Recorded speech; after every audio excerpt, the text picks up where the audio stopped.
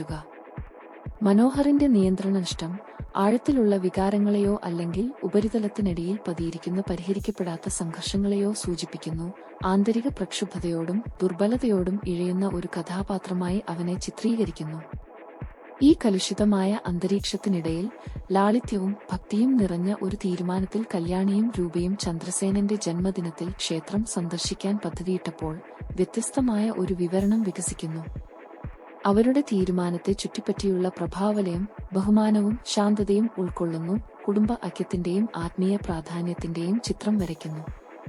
ചന്ദ്രസേനന്റെ ജന്മദിനം ക്ഷേത്രത്തിൽ ആഘോഷിക്കാനുള്ള അവരുടെ തീരുമാനം കുടുംബത്തിനുള്ളിലെ അനുഗ്രഹീതമായ പാരമ്പര്യത്തെയും കൂട്ടായ ഐക്യബോധത്തെയും സൂചിപ്പിക്കുന്നു.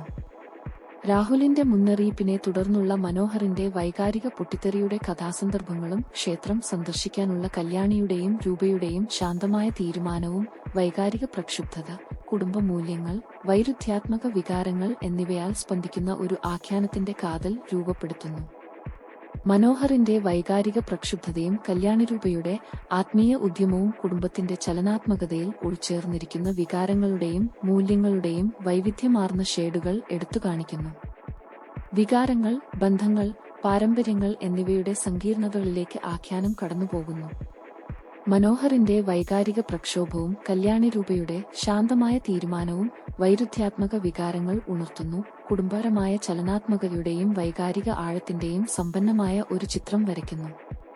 കഥാഗതി പുരോഗമിക്കുമ്പോൾ മനോഹറിന്റെ വികാരങ്ങളും രാഹുലിന്റെ മുന്നറിയിപ്പും തമ്മിലുള്ള ഏറ്റുമുട്ടൽ കല്യാണിയുടെയും രൂപയുടെയും ശാന്തമായ ആംഗ്യവുമായി കടന്നുകയറുന്നു. വൈകാരിക സങ്കീർണതയും കുടുംബമൂല്യങ്ങളും കൊണ്ട് സമ്പന്നമായ ഒരു ശ്രദ്ധേയമായ ആഖ്യാനത്തിന് വേദിയൊരുക്കുന്നു.